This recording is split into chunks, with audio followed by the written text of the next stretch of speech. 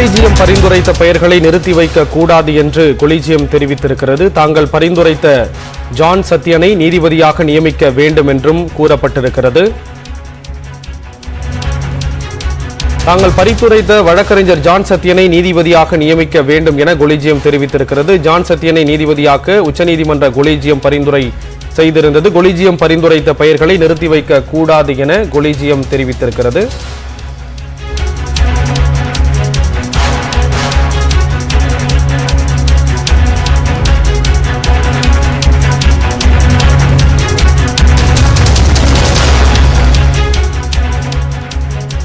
தாங்கள் பரிந்துரைத்த வழக்கறிஞர் ஜான் சத்யனை நீதிபதியாக நியமிக்க வேண்டும் என கொலீஜியம் தெரிவித்திருக்கிறது.